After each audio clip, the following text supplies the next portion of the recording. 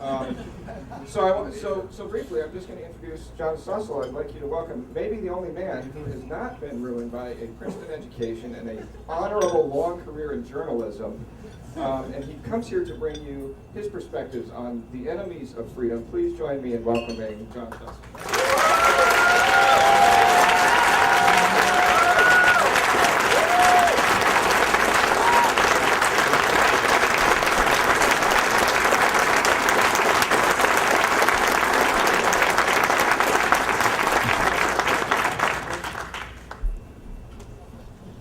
Bending way over to talk on the mic. He's such a pilot, 8/10 the speed of sound. Thank you for your warm welcome, and I just want to say it is for you free stage project people out here. I just think it's just very cool what you are doing. A wonderful experiment. We have 50 states, but with a big, fat federal government, we have very few experiments. So it's just exciting what you're doing, and we need that. I'm nervous with the fall of the Soviet Union. Obviously, that was a good thing, but we lost something when we lost the Soviet Union. We lost a model of failure, and we need those because statism is just appealing. People like, maybe it's something that comes from childhood. We want mommy and daddy to take care of us, and it's a mysterious, scary world out there. People like that idea. We have fewer models of failure now. We've got what? North Korea, Cuba, maybe Venezuela, the motor vehicles department, and the post office. So you're trying to create a model of success, and that's a wonderful thing to do. Because I have learned that liberty just isn't intuitive. It apparently was for most of you, but it isn't for most people.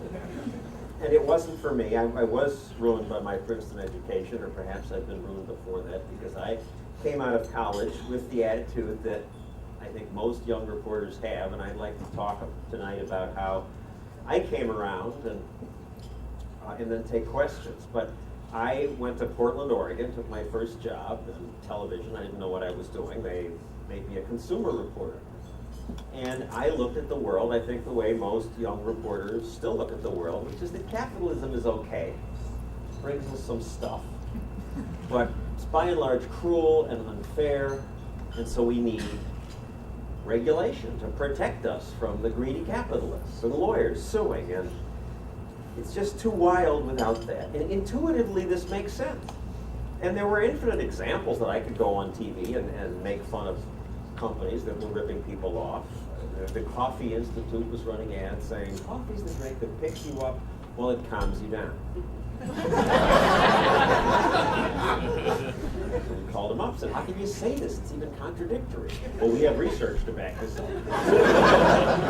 Really? What's the research? Well, we surveyed thousands of customers and we asked them, what do you get out of your coffee break? Some people said it picked them up, some people said it didn't.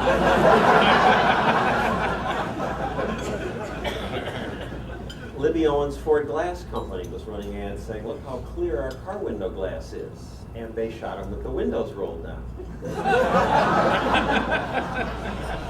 So there were endless examples of these deceptions, and this is why we reported. So you got to have a Federal Trade Commission. You got to police this advertising.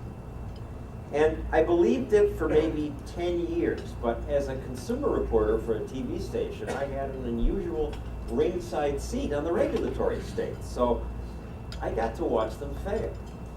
It took me too long to see it, but eventually I started to see it. In my first book, Give Me a Break, I have a chapter called Epiphany, but that's really misleading because it was very slow. But when I was in college, it was explained to me by my political science professors that we're a rich country, we know how to help poor people, we will create a great society, we will help the poor. And it just made so much sense. And I would cover the new program that came to Portland, Oregon, where I was, and it was great, and it was going to help these people. But I was a little unusual, and then I went back 5 years later, and I saw that the people were still not being helped. They were now angrier because they felt that they were entitled to free stuff. And the officials who ran the program had larger offices and more lawyers, but people weren't helped. Or I would do stories like we would take a TV set with a loose tube because somebody complained they got ripped off by their TV repairman. Take it to a bunch of repair shops, and some of them would just put the tube in and say it was just a loose tube, and a few of them would say, oh, it needed lots of work, and charge $200. And then we would go back to them, and then we would say, would you ever do this, rip people off? Oh, no, we'd never do this. Oh, yeah, well, watch this, and we'd play the tape. And it was great television. And after I put that on the air, politicians would call up and say, what a great piece, and we're going to solve that. We're going to create a Department of Consumer Affairs. We're going to license the TV repairs and the car repair people and all the repair people. And I liked this because little John Stossel was suddenly important. Politicians were paying attention to me, and I didn't get that, of course, they were using me because their goal was to get their faces on TV. But I was solving a problem. And they created the Department of Consumer Affairs. But 5 years later, I saw that it didn't do much. I mean, they were now licensing the repairmen. And people like the idea of license. License drivers, you license dogs. People think it makes life more orderly. It sounds good. But of course, in this case, all it did was raise costs for people, require them to fill out more forms. Some had to hire attorneys. And the people on the margins, maybe the immigrants who would be more likely to serve the poor people, they couldn't afford to do it. They had to go into the black market. It took me too long to see that it wasn't working. What finally started to convince me was that I saw all this regulation, and it was building at the time, didn't even work on the obvious crooks. The people selling the breast enlargers and the burn fat while you sleep pills. They kept getting away with it. They're still getting away with it. What would happen is the regulators would sue. Maybe 5 years into the scam, the Attorney General would come after them, and then they would hire a defense lawyer who would hold the regulators off for another 5 years. And then they would just move to another state, or change the name of the product, or they'd sign a consent order. That's where you say, we don't admit doing anything wrong, but we won't do it anymore. But the more I watched the market work, the more I saw that competition on its own was solving some of these problems. I was reading the New York Times and the Wall Street Journal. They weren't explaining it. I went to the conservative press, the National Review. They weren't explaining it. It was very unsatisfactory. And then I discovered Human Action by von Mises.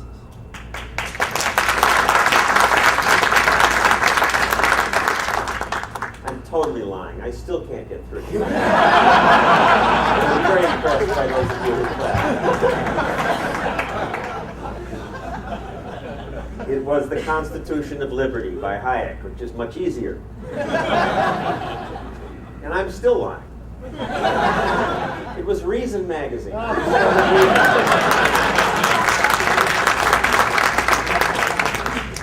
And what a thrill this was. Oh my goodness, these people explain it, and they understand it better than I do. And finally I saw that there was an alternative to left and right.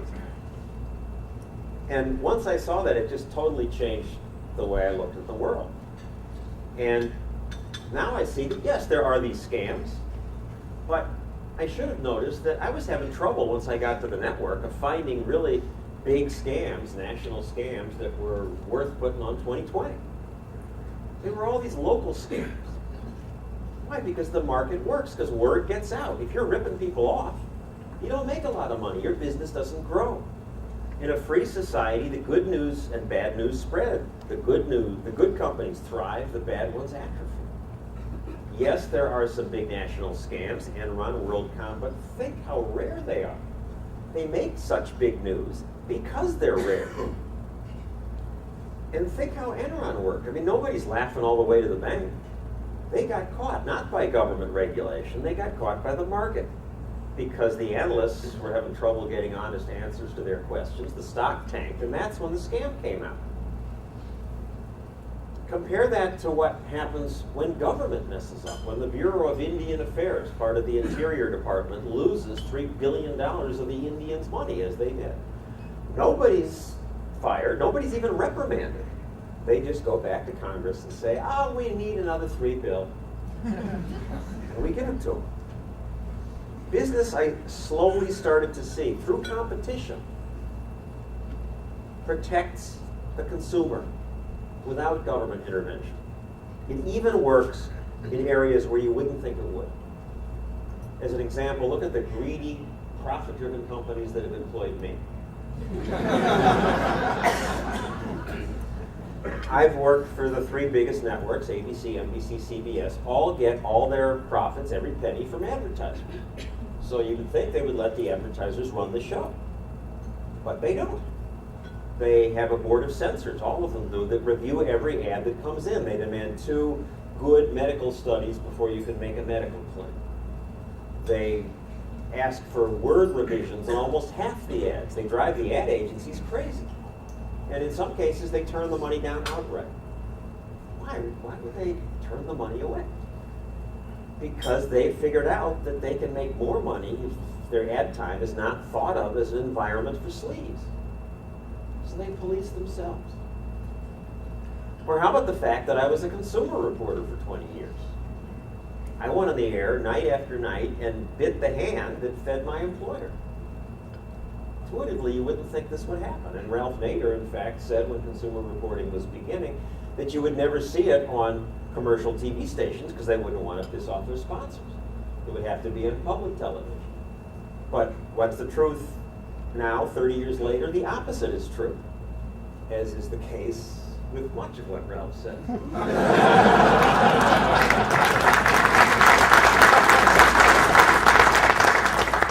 There is no consumer reporting on PBS because the timid bureaucrats who run it are too nervous about offending anybody.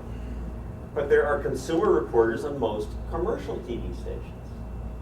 Now why? Intuitively, this wouldn't make sense. And in fact, when I was doing consumer reporting, I got sued when I was at CBS by for $30 million by Bristol Myers, which makes Buffer and Excedrin, because I'd gone on the air and said they were lying in their ads. And they were. They were saying Bufferin kills pain twice as fast. And aspirin's aspirin. It's all the same. You'd think CBS would have said, Stossel ain't worth that. But they didn't. They said, go ahead, keep consumer reporting. And the lawsuit went away, and it wasn't even the biggest cost. The bigger costs were all the advertisers who would get mad at me and pull out their big accounts. And yet they let me do it. Why? Again, because the market works in surprising ways. In this case, yes, they'd lose some money, but more of you would watch a news program that told the truth about sponsors too. So they had more viewers, they could make more money. I kept seeing ways that the market protected us, always in unexpected ways. Let's take it in one area where maybe this group is different, but the drug laws, as I go speak around the country, is an area where everybody says, well, we gotta have the FDA to protect us from snake oil sellers, and you gotta protect America from crack cocaine, all these nasty drugs. And I know you have some participation tonight from the medical marijuana people, but I would argue, why have any of these laws? Well, intuitively, that goes against my first reaction. You gotta have these laws. I have a teenage son. Intuitively, I'm glad cocaine, heroin are illegal. He can't zip down to the neighborhood pharmacy and go get high. Maybe its illegality will deter him. But the problem with regulation is that by interfering with the market, which is nothing more than the wishes of millions of free people, it always creates those nasty, unexpected side effects. And they're so much worse. But people don't get that. So in the case of the drug laws, are we accomplishing much? Maybe. I'm sure some people are deterred. I don't know that they are. We're certainly not keeping the stuff out of America. We can't even keep it out of prisons. I don't know how we think we're keeping it out of America. And maybe having it be illegal makes it more appealing to teenagers, the forbidden fruit effect. I don't know. But I can now see the unintended consequences because they're in front of us. I'll just mention 4. There's the drug crime. I mean, almost nobody commits crimes because they're high on these drugs. Meth and cocaine are probably the worst. And that's maybe 1% of the crime. 99% of it is because the product is illegal and it's on the black market, that the sellers can't rely on the police to protect their private property, so they arm themselves and form gangs. and the buyers steal to pay the high prices. Our government says nicotine and heroin are equally addictive, but nobody's knocking over 7-Elevens to get Marlboro. The law that causes the crime. Second, we're corrupting police forces. We're asking cops to turn down $20,000 bribes. We're telling kids in poor neighborhoods that entry-level work is for suckers. I mean, why work at minimum wage at McDonald's when your little brother can make more as a lookout for the criminals in the neighborhood? And they're the role models. They have the best cars and the best clothes. And we're building unbelievably rich criminal gangs. We forget that Al Capone was created by alcohol prohibition. And the gangs we're creating now are even richer. They'll soon be able to buy nuclear weapons. And Osama bin Laden was funded partly by drug money. So, well, why are we doing this? Everybody says, well, to protect us from ourselves. But if that's the right thing to do in a free society, then there is no end to what we invite government to do. Then we should have exercise police who come to our homes and make us run laps.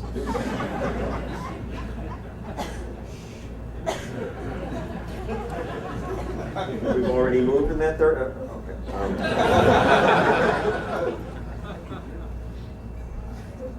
I happen to think that the only, certainly it's politically impractical, but don't we own our own bodies? I would think it's silly to stop at marijuana. All these substances should be legal, and if you want to poison yourself with them, you ought to be able to. What about legal drugs?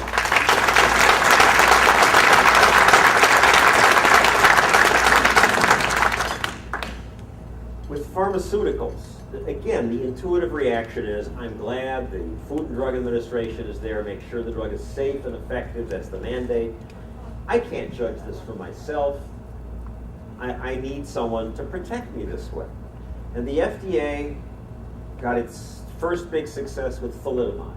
Remember it? Some of you are old enough to remember. It was a tranquilizer. Women took it during pregnancy. Some gave birth to children with no arms and no legs.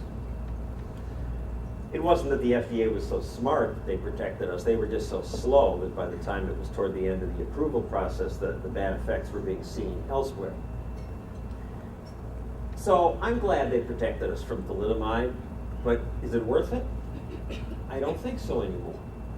Because when we empower the state to protect us from bad things, we empower them to protect us from good things too. And that's worse. That's much more harmful. Since thalidomide, the FDA grew, and all of these agencies grow, but the FDA grew tenfold. Now to get a new drug approved, it takes about 15 years, costs about $500 million. Again, even some of you, I would say, yeah, I want to make sure before I put it in my body it's been really carefully tested. And yet, think of the other side of the regulation.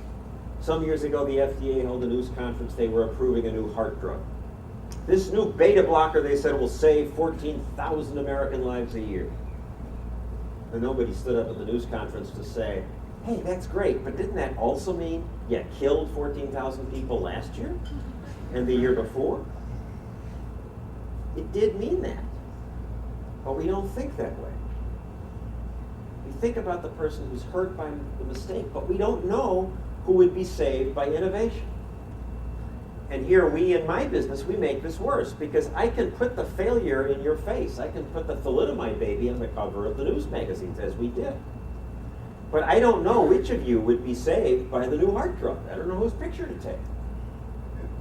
Right now in this 15-year pipeline, there are fat substitutes, something that would let you eat 3 of these chocolate cakes and not get fat.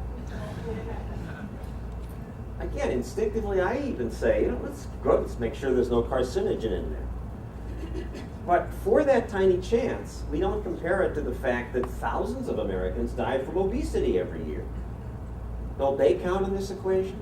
No, they don't. Because the bureaucrat's in trouble if he says yes to someone that hurts someone.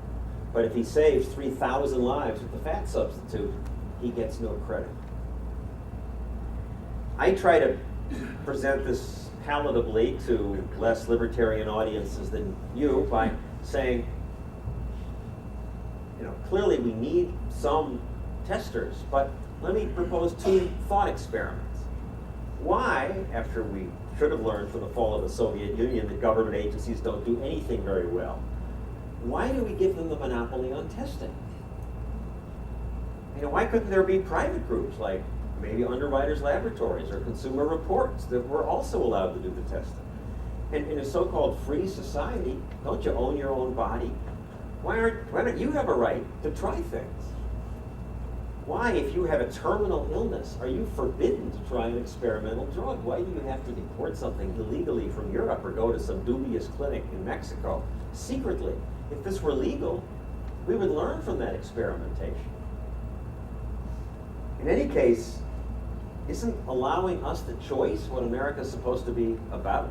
Patrick Henry didn't say, give me absolute safety when he was dead.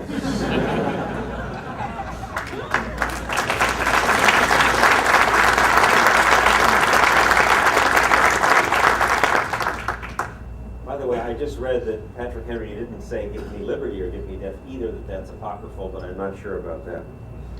But just before you use that, be aware of somebody's saying he never said that. So what's the alternative then to protect consumers? Well, they're the trial lawyers. They'll keep us safe. We believers in free markets should like what they do because they are an alternative to clumsy one-size-fits-all government regulation. They are the private lawsuit, kind of like a supplement to Adam Smith's invisible hand. They're the invisible fist. They will deter the bad behavior. And in theory, this should be a good thing. And the trial lawyers, when you argue with them, they say, who but we will compensate the victims of the bad companies selling dangerous products? Who but we will deter the bad companies and the bad doctors? And their critics tend to fall away when they say that. And in theory, it should be a good thing to us free marketeers, but in practice, they have gamed the system in America, so it benefits mostly them. And for every person they help, they hurt thousands. Some examples. Who but we will compensate the victims? Well, there are many ways to compensate victims. Private charity is the best, of course. But there are other ways, even government ways, Social Security, disability, workers' comp, insurance plans. There are other ways to take care of victims. But what a lousy way it is for the lawyers to do it, because what kind of compensation system is it where it takes 10 years to get your money, 15 years? And then most of the people who get the money may not be real victims. A Harvard study of medical malpractice found most of the people who collect were not victims of malpractice. And very few victims of malpractice ever collect anything. It's a horribly blunt instrument. And then who will deter the bad guys except for us? Well, excuse me, we have laws against fraud. We have state's attorneys, district attorneys, attorneys general. We've got all kinds of prosecutors who can put bad actors in jail. And the best policer, of course, is the market. Word gets out, and companies sue each other when they're lying in their ads, or voluntary organizations like Better Business Bureaus get involved, or the press embarrasses the companies. There are lots of ways to punish bad actors. But what a horrible, clumsy way the tort system is because it's so expensive. I mean, one example is the vaccine business, and I reported on a little of this last night on TV. Years ago, they sued the makers of the DPT vaccine because they said it wasn't as safe as it could have been. And the vaccine was changed. It would have changed anyway. Let's say, and I don't think they did, let's say they saved a dozen lives a year, and they are quite proud of doing this. How is that worth it? Because when they sued, 20 companies were making vaccines in America. Now there are only 5. We want lots of vaccine makers. We've got bioweapons coming, bird flu maybe, anthrax, SARS, who knows what. I want lots of people offering me choices of medicines. How are we safer with fewer vaccine makers? We're not, but the lawyers are rich. Another example is John Edwards, presidential candidate.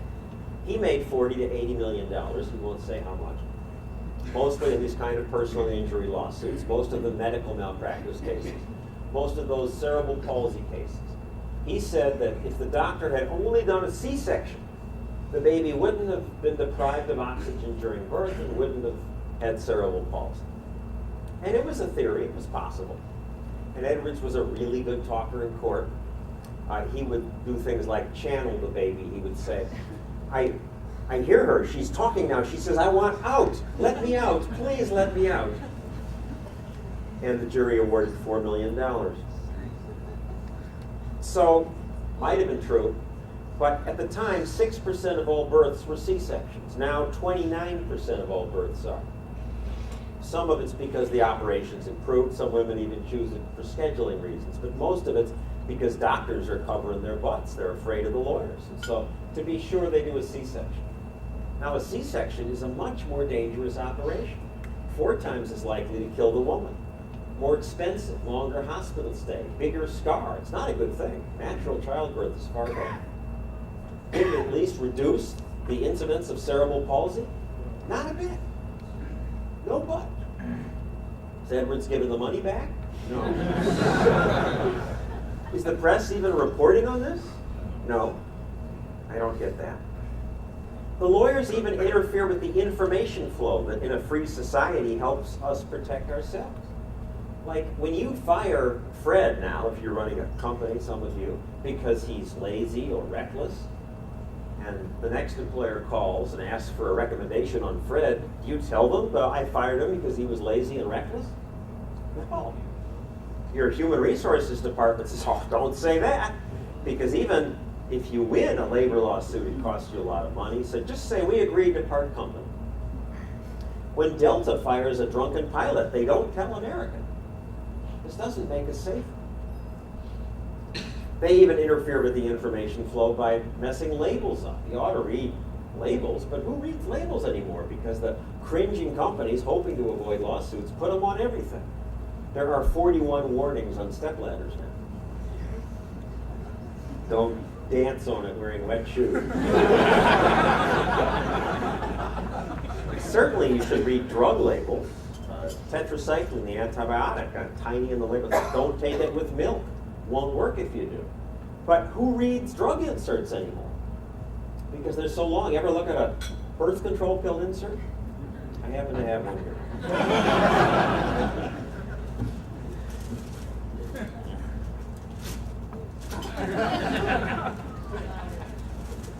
So how does this make us safer? It's in tiny fine print, both sides. The doctor doesn't read it. It's so long. And if you read it, you wouldn't want the pill anymore.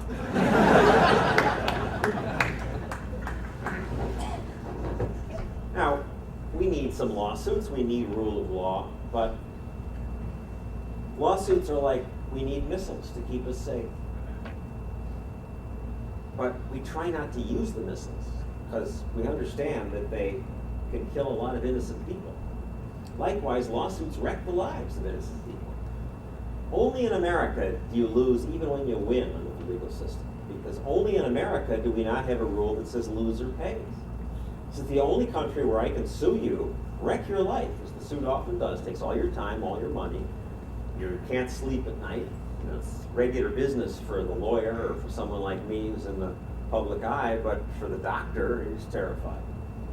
And then when you lose, you don't even have to say, I'm sorry. Just walk away and sue somebody else. In every other country, you would at least have to pay for the financial damage you caused someone.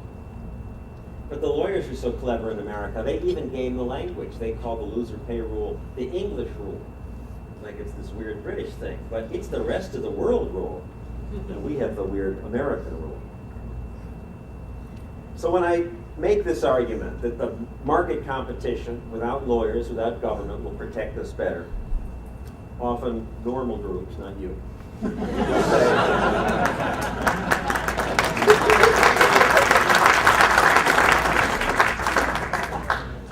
they will say, well, maybe we can handle that, we're educated, but what about the poor and the ignorant? You have to protect them too. Yet here too the market works in unexpected ways. Take cars as an example. Do you understand, Chris, that's your cue. Take cars as an example. Do you understand what makes one car safer than another or run more smoothly than another? I don't. And yet it's hard to get really ripped off buying a car in New Hampshire. Compare the worst you can buy in New Hampshire with the best the planned economies could produce. What was that? the best that planned economies could produce. Compare the worst you can find here with the best the planned economies could. And they were very proud of this accomplishment. It was the pride of the Eastern Bloc.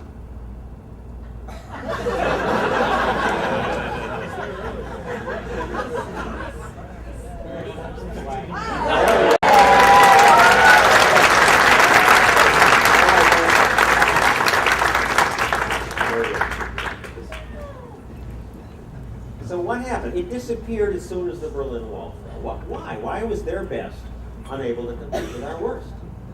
Because in a free society, you don't have to be an expert for the market to work. You just need, and this applies to healthcare now too. You say, well, healthcare, you can't just have the market. We don't understand what's good medicine or not. But we don't need to. You just need a few people who do. In the case of cars, a few car buffs, a few people who read the car magazines, and through word of mouth, the good news spreads. And the bad news spreads too. The good companies thrive, the bad ones atrophy. Freedom will protect the ignorant too. Now, I'm not a pure libertarian or an anarchist. I think we need rule of law. I think the worst places in the world to live are the places that don't have enough government. The African country where you're afraid to build a factory because your neighbor might steal what you make, or the dictator might take the whole factory. So we need rule of law to protect our persons, our property. I would go further than some libertarians. I think we need environmental rules. Andrea Rich, who runs Laissez-Faire Books, looks at me scornfully and says, I leak on that.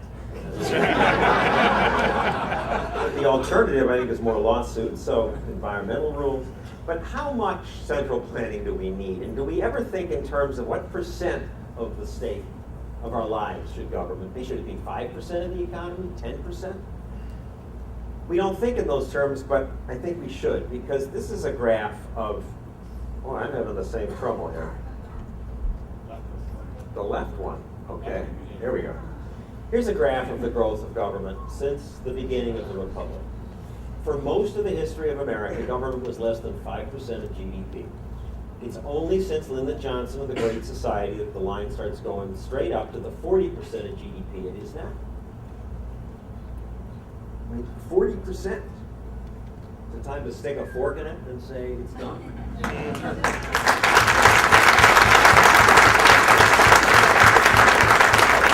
I would say it's not done. I would settle for what I call the Stossel rule, that for every new law they pass, they have to repeal 2 old ones.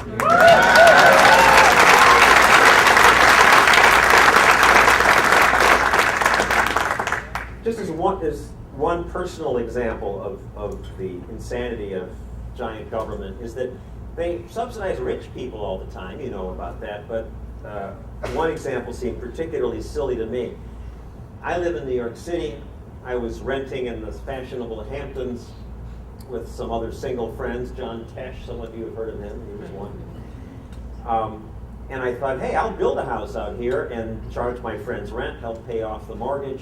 And my father and I found property on the ocean. My father said, are you crazy? It's on the edge of the ocean. It could wash away. And I was able to say, but no, the builder says there's this federal flood insurance program, cheap premiums, and if it washes away, they just pay me back. I can't lose. Bizarre as it was true. And so I built this house on the edge of the ocean. Had 300 feet of beach in front of it. At the time, it was fairly cheap. Cost me $85,000 to buy the property and $85,000 to build this nice 4-bedroom house. But it was on the edge of an ocean, and shortly after that, aim it at this.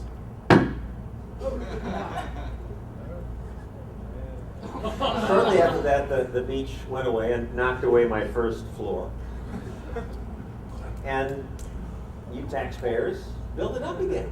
Thank you. I never invited you there, but you helped me pay for that. And it washed away again, and eventually the whole house washed away. And I did a story on this later, on how unfair it is for those of us who could build houses at the edge of the ocean.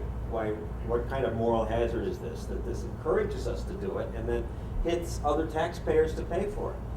And these other beachfront house owners were livid at me because they were entitled to their government insurance. Now, this is one program that at least is sort of aging out in that it hasn't risen with the cost of inflation, and now it costs too much to build. There's a cap of something like $250,000. So it's not as bad as some of the other programs, but it's just a good example of how they subsidize everything. All right. Changing my reporting that way, as I've described, changed my career in the media.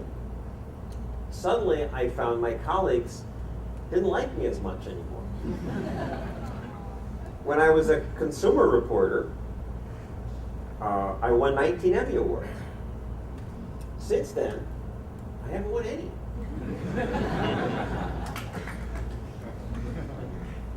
My reporting isn't objective anymore, I'm told. I think I never went to journalism school. I still don't know what objective was supposed to be. I learned through fear, just because I had to figure out what to do. And I always had a point of view. I would go report in a company, I'd research it and say, here's what these doctors say about these drugs and this product. And you shouldn't take Alka-Seltzer for an upset stomach. It's a bad idea. It makes your stomach bleed. Kills the pain, but 4 hours later you're really in pain. What do? You take more Alka-Seltzer. It's not a good thing. Always a point of view, but once I turned that toward government, you're no longer objective. And then a new hostility in New York, where I live. Somebody came up to me on the street and said, "Are you John Stossel?" "Yes." "I hope you die soon."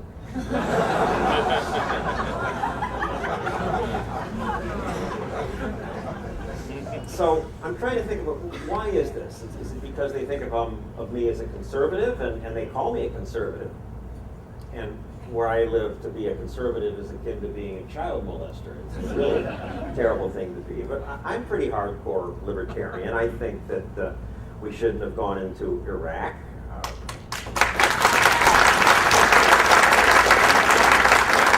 I don't think it's a nation build. I think homosexuality is perfectly natural. As I said, I think heroin should be legal. I'm hardly, if this is what they call a conservative, it shows how. I think the libertarians have it bad in the media, the conservatives have it worse. So why do they hate me so much suddenly? If I'm a libertarian and not a conservative, I come to think it's because they hate free markets. And I'm trying to understand what's that about? And I mean, capitalism has lifted more people out of the mud and misery than any system ever. And yet people don't like business. And last night on 2020, I talked about drug companies bringing us vaccines that save lives. I want to play some of my one message from my voicemail here. Response.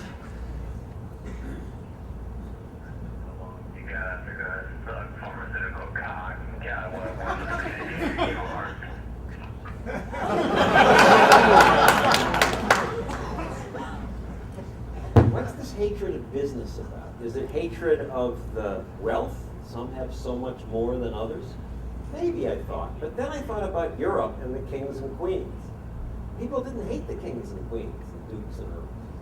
They hated the bourgeoisie. Came up with this nasty name for them. They hated the people who sold them the very things they needed to make their life better. Why would they hate them? Because I think people have a sense, through our bad job of giving people an economic education, that in business, if somebody makes money, it means you have less. It's like there's this pie, and if Bill Gates takes a big chunk, you have a smaller chunk. They don't get that Bill Gates baked whole new pies, hundreds of them. That we all get that.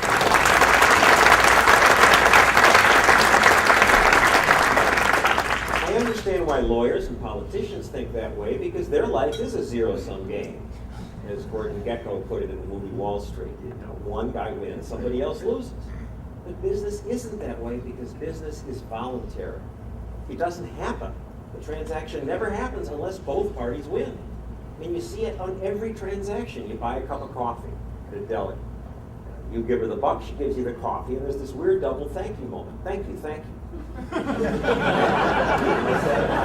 you wanted the coffee more than you wanted the buck, and she wanted the buck more than she wanted the coffee. Win or it doesn't happen.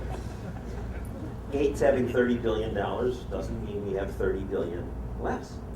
I mean, capitalism is a miracle. It performs miracles all the time. We take it for granted. The idea that I can go to a foreign country and stick a piece of plastic in the wall and money will come out.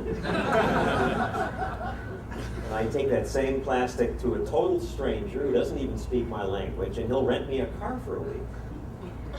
And when I get home, Visa will have the accounting of the penny. But the government can't even count the votes in Florida.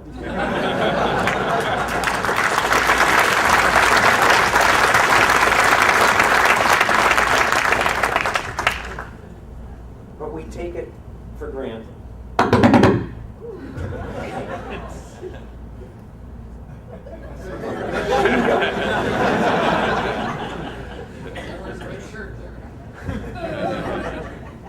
And when there's a crisis after September 11th, they said you have to have the federal government take over airline security.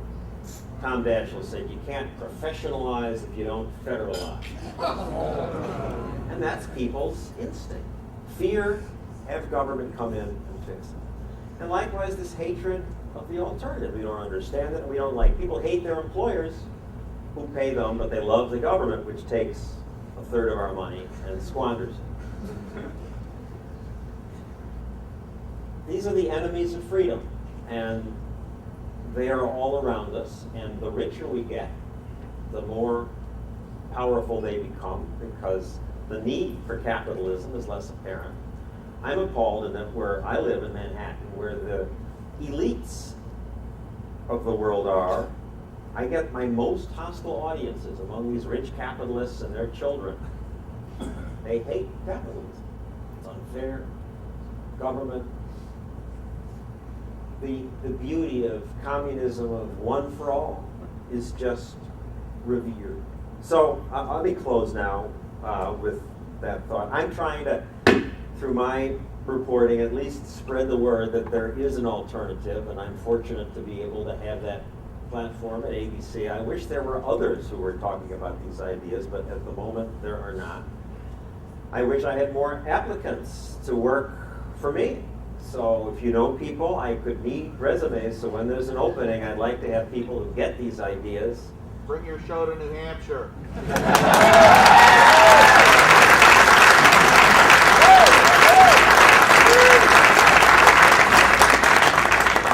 Sorry they have to come to New York. I also have a nonprofit now that's buying these tapes and giving them to high school teachers free. If any of you know high school teachers who want these videos to show to the students, need some visual aids, this guy who did the Free to Choose series with Milton Friedman started this. We got 80,000 high school teachers that ABC decided he was an evil right-winger, and they fired him, and we're starting over again. If any of you would like to help with that project, please give me your card. And above all, thank you for fighting, for helping me fight, and for fighting on your own to get the idea of liberty out. And even beyond that, I'm in awe of the courage of you and the Free State Project, who don't just talk about these ideas, but you act on them.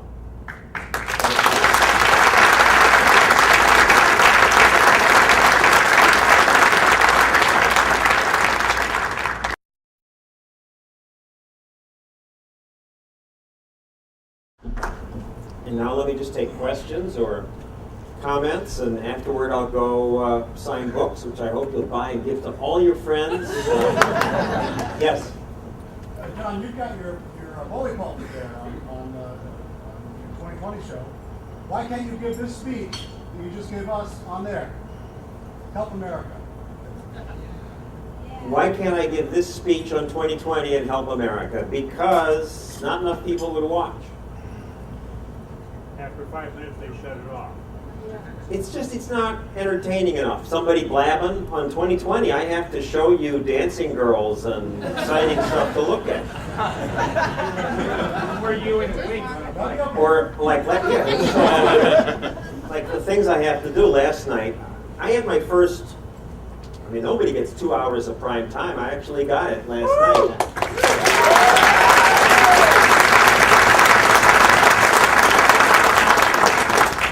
But the gimmicks I had to do were things like to illustrate how safety regulation often has unintended consequences. We did a story on the bike helmet laws. Clearly they protect your head. But then this British researcher put a sensor on his bike and found out that they drive closer to you when you wear a helmet. And that in countries where they have helmet laws, yes, there are fewer head injuries, but fewer people are biking, so they're getting fatter. So that makes us less safe.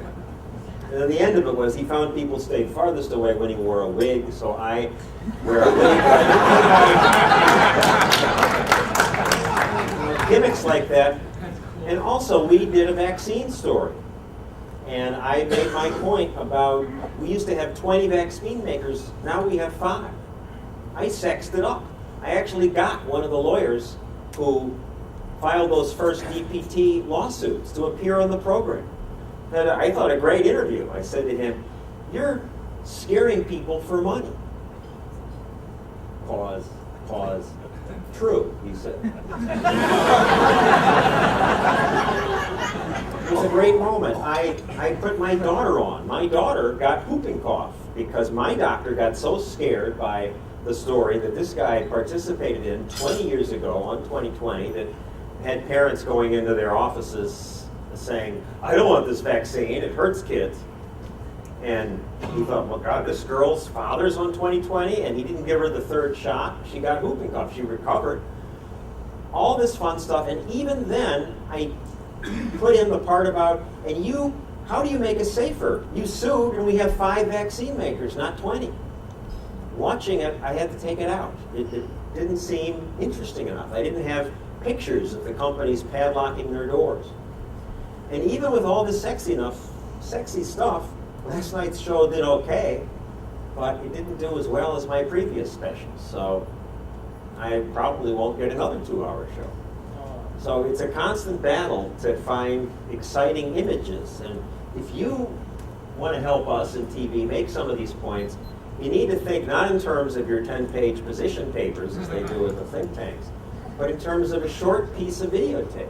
The Rodney King beating, 20 seconds, says a lot about police power and is riveting to people. That's the kind of images we need for television.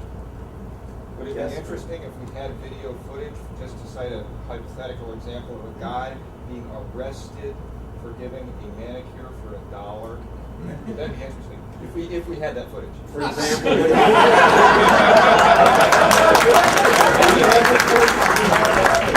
that would be interesting. It would be interesting if we had footage of somebody being arrested for giving somebody a manicure for $1. Now, if the police came in and said, "Down on the ground," and handcuffed them with great drama, it would be even more. It was almost that dramatic. He didn't resist. Bring me the video.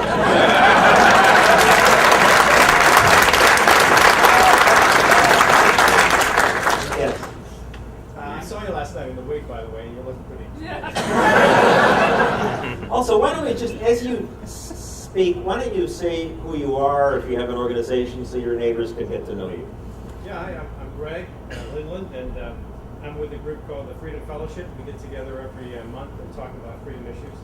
And we're working on the New Hampshire Freedom and Liberty Summit, so some of you may have gotten surveys. I had a question. Have you ever considered doing a show about whether there's a federal law requiring citizens of the states to file a 1040 tax return? Have I ever done a story on whether tax returns are required? No, and I won't. And even watching Aaron Russo's movie, it's just not primetime network television. Not sexy enough? Not even close. Yes. Hi, I'm Jack Cole. I'm with LEAP, Law Enforcement Against Prohibition.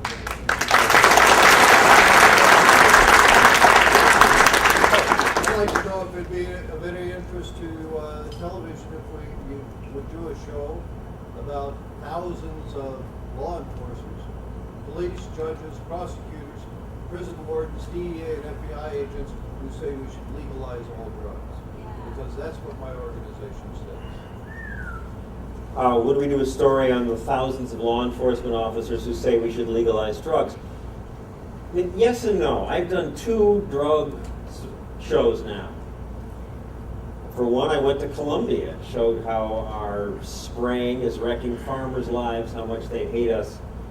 A whole hour on the unintended consequences of the war on drugs. It was my lowest rated special. My bosses would say, what does it mean 1,000 law enforcement officers say we should outlaw? And there are probably 5,000 others who say it should be illegal. You know, on the other hand, if 1,000 people do something dramatic, that gives television an extra measure. And certainly the fact that you are law enforcement officers gives you much more credibility. I'd like to point out that that's part of it. The other part is how well you say it. And Joe McNamara, Who's on our board? he is one of the most effective spokespeople for you because he talks well. That's so much of it. There's so many of these guys that are law enforcement types that go, oh, well, in my professional opinion. Come to one of my talks. I'll bet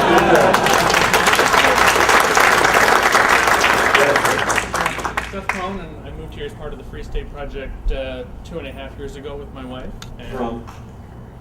my question is about... Where'd you move from? Oh, Oregon, most recently. Originally, I'm from New York. I want to talk about a show you did called Stupid in America. If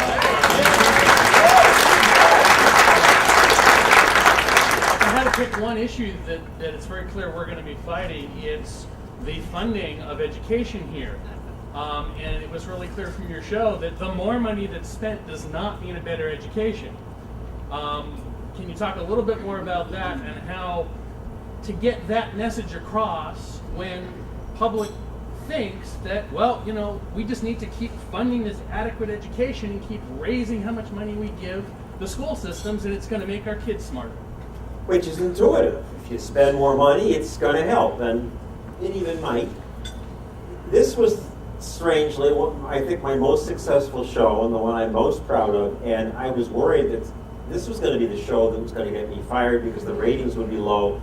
It's not sexy. Kids in classrooms, it's not great television, and yet the ratings started okay and went steadily up through the program. And the argument I made was choice, was that choice makes everything better, market competition. And the things I learned that I thought were most persuasive were the money part, that we need more money. And you can say, well, we've tripled the spending, adjusted for inflation, and scores are flat.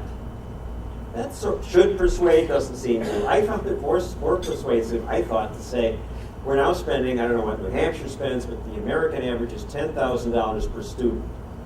Do the math. Classroom with 25 kids, $250,000 per classroom. This is not capital expenditure, just operating. Think what you could do with that money. You could hire 4 great teachers. They squander money. Why? Because it's a government monopoly and they squander money. So we did comparisons. We went to Belgium and gave the same test to kids in Belgium and kids got in New Jersey. New Jersey scores above average for America. And the Belgian kids cleaned their clocks and called the New Jersey kids stupid, which helped the showbiz part of it. And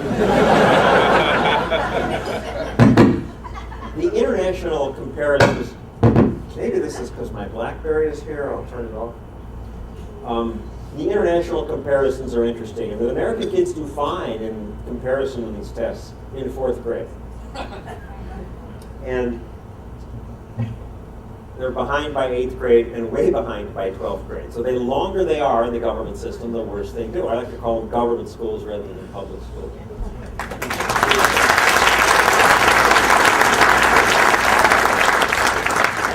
The people who run the international tests say the biggest predictor of the countries that do well are 2 things.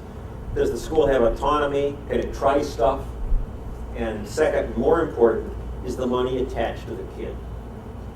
If the money's attached to the kid, there's competition. And we interviewed principals in Belgium who said, Yeah, well, I can't afford to have 10 deadwood teachers who don't pull their weight because the clients won't like it and they'll go someplace else.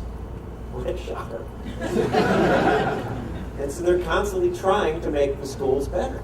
I mean, the government monopoly hasn't changed in 100 years. Horace Mann, it's always the schemes of the collectivists. Horace Mann is famous for beginning public education in Massachusetts. And he said, this will eliminate all the crimes of the penal code. They always make big promises that says, now you have all the crimes of the penal code in the government school.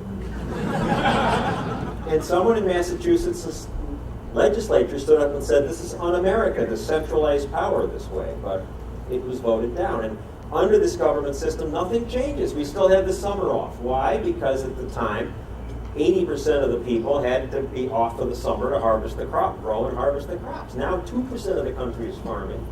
You still have the summer off. But at least with the charter schools, with the small amount of experimentation, we're seeing some alternatives, like the KIPP schools. And I thought this was a way to sell it, to show what your kid could have.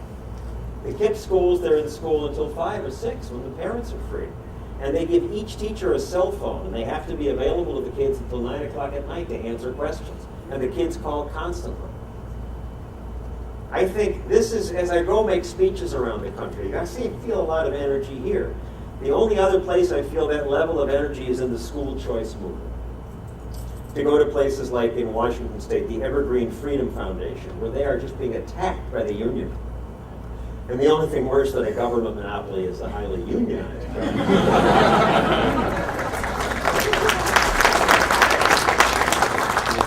and you pay everyone the same. It's a recipe for mediocrity. But they were just attacked right and left, and they're ticked off. And they are not cowering as the politicians do from the unions, because they're worried about losing the votes, and the unions control the votes. They're fighting back, and they have a cleaning lady who sends in $10 a month, all kinds of people who feel passionately about this. And I'm optimistic about various forms of school choice happening. Yes? Hi, Tim Forsyth. I'm from New Hampshire, Free State Project member. Just here. Just a quick question related is you're a private organization that gives out tapes to school teachers. Is that available for homeschools or homeschool co-ops? Yes, we would prefer that you share them, so we're not just giving it to one house. But if you go to stosselintheclassroom.org or just Google Stossel Classroom, you can find out about it. And we would love to work with the homeschooler associations. Yes? My name's Gardner Goldsmith, and I grew up in New Hampshire, and I work for broadcasting. John, a few weeks before the elections, ABC ran a week-long series about healthcare in America, co-sponsored by the Kaiser Foundation, if I recall. And I remember Bill Weir had a report where he mentioned that they did a poll, and it said of those people surveyed by ABC News, 89%, I think, were satisfied with their health care. And I think I'm paraphrasing pretty well Bill Weir. He said, this makes it very difficult to get done what really needs to get done, their health care. And he said, this attitude was satisfaction. I was wondering, I don't want to put you on the spot or anything, but with your fellow reporters, maybe I'll put it this way, have you seen any signs of encouragement with some of the people with whom you work when they see your approach and they say, oh, you know what, wait a minute, maybe there's a different way to sort of look at these stories? No.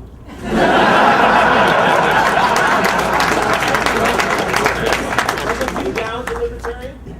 Wasn't Hugh Downs a libertarian? Kind of. He certainly saw the folly of drug laws. He was sympathetic. And I just don't see much movement. There's a little embarrassment. I do these, where we're scaring people to death shows, and I've seen a little movement on that. But the basic hostility to business is just rife.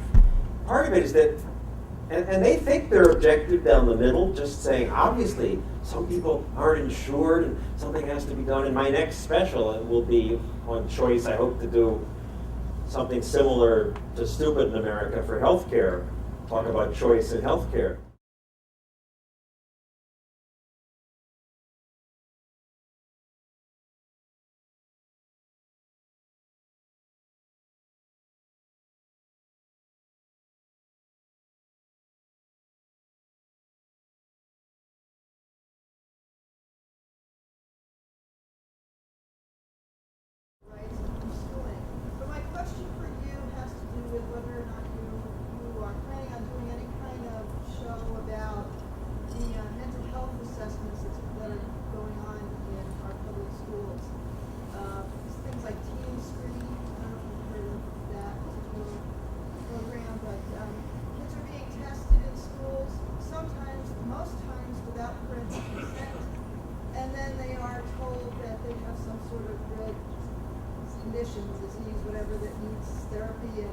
pharmaceuticals, so. Teen screen is not something I have heard of. Too much of this testing in schools. If you send me 2 pages or less on it, we'd be happy to take a look. Yes, sir. Richard. My name's Tim Condon. I'm a scum lawyer.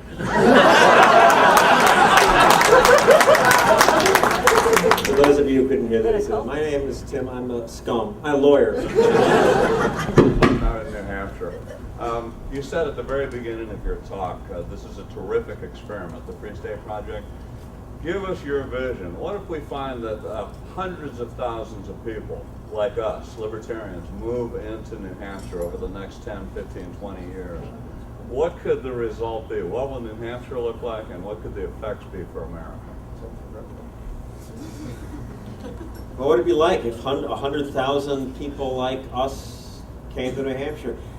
I don't like to talk about what I haven't studied, so I think it would be good, but I know it would be good, but I don't know. And even then, of course, it wouldn't be good forever.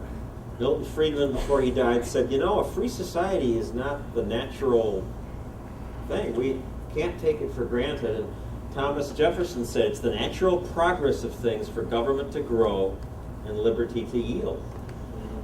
And libertarians come here, New Hampshire will get really rich, and then all your children will become socialists. So, yes.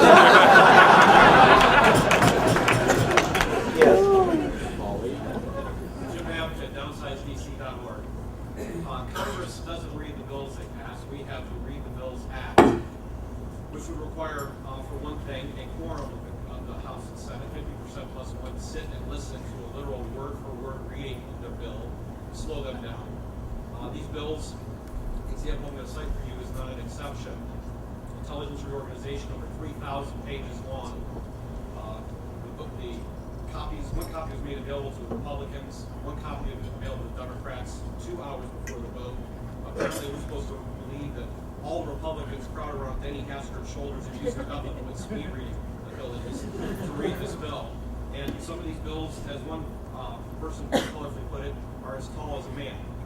So we've got tall bills, we've got crowding around Denny Haster, we have having to sit through a reading of the bill. You could put a congressman on the hot seat and ask him why he doesn't think he has to read the bills, and I am a very telegenic spokesman. How's that? I sent you an email. Did you get it? We're on the road since Wednesday.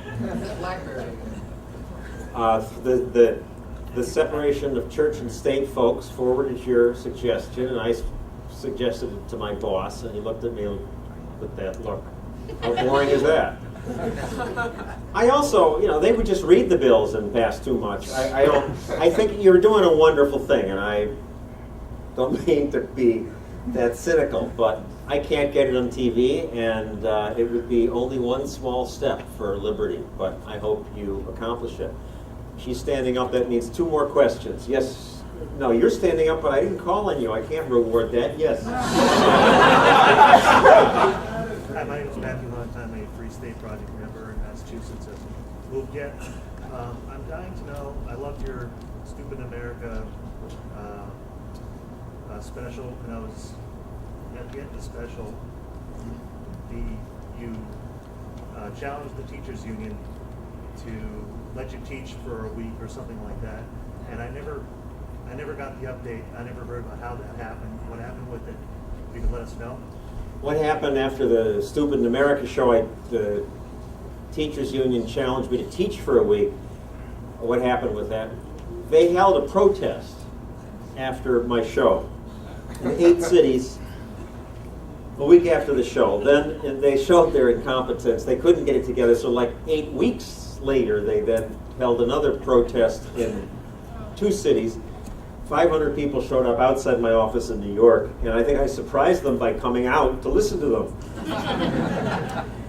And after demanding, I apologized when they saw me, started to chant, "Teach, John, teach." And the head of the union said, "You will see how difficult it is. Why don't you come to one of our classrooms for a week?" So I said, "Okay, I'll teach for a week." Then they showed their stripes. They had endless bureaucratic meetings, one after the next, for weeks and weeks, and then they decided, no, we don't want you to keep it.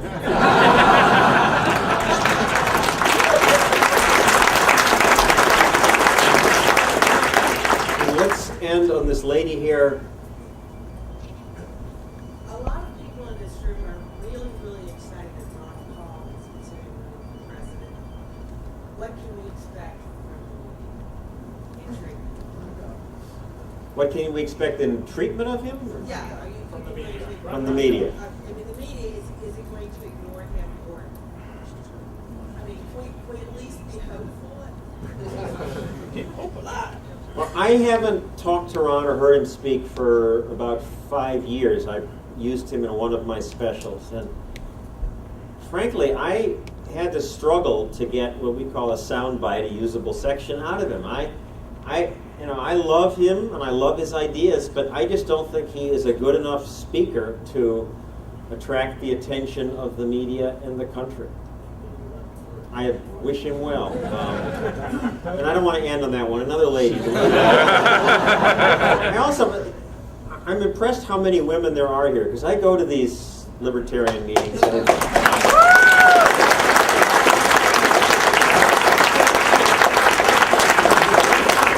And yet, fewer women, but they're the most effective and powerful ones.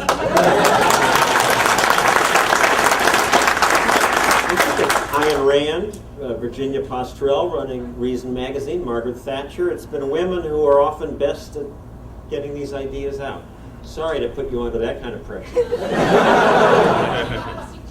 on how the FSP Free State Project can be a little sexy enough to be on one of your specials.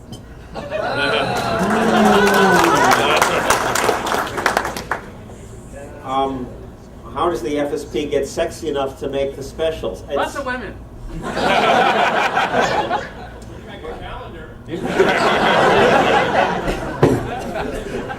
mean, it is a sexy story, the idea that people are willing to move, to make a change. It'll probably happen when you start to piss people off in New Hampshire who maybe feel threatened and they shoot one of you.